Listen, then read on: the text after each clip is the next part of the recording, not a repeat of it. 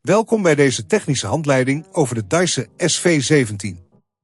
Wij zijn Kelatos Informática, specialisten in technische reparaties. Wij halen je apparaat thuis op, voeren een gratis diagnose uit en sturen je een offerte voor de reparatie. Geen telefoontjes, geen verplaatsingen. We zijn gevestigd aan Calle Joaquin Maria Lopez 26, Madrid. Handig, transparant en professioneel. Link in de beschrijving.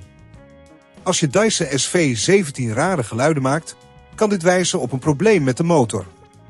Dit kan veroorzaakt worden door slijtage of ophoping van vuil en stof in de motor, wat kan leiden tot verdere schade als je het niet tijdig aanpakt. Het is belangrijk om dit probleem serieus te nemen, want een defecte motor kan je stofzuiger volledig onbruikbaar maken.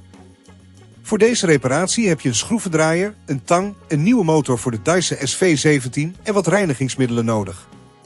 Begin met het uitschakelen van je Dyson SV17 en ontkoppel het apparaat van de stroombron.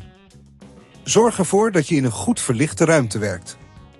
Verwijder de schroeven aan de onderkant van de stofzuiger met de schroevendraaier. Wees voorzichtig en onthoud waar je elke schroef vandaan haalt. Als je de schroeven hebt verwijderd, kun je de behuizing voorzichtig openen.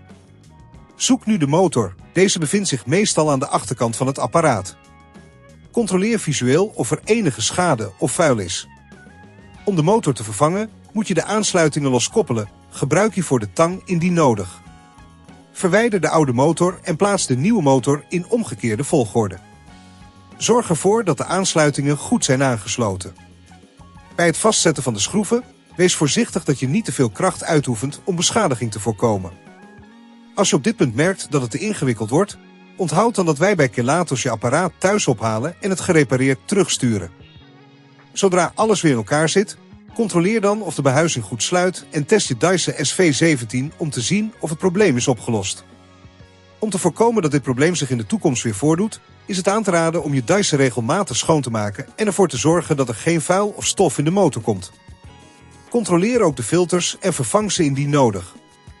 Als je het risico niet wilt nemen om je apparaat te beschadigen, bij Kelatos halen wij het op, repareren het en leveren het thuis af in heel Nederland.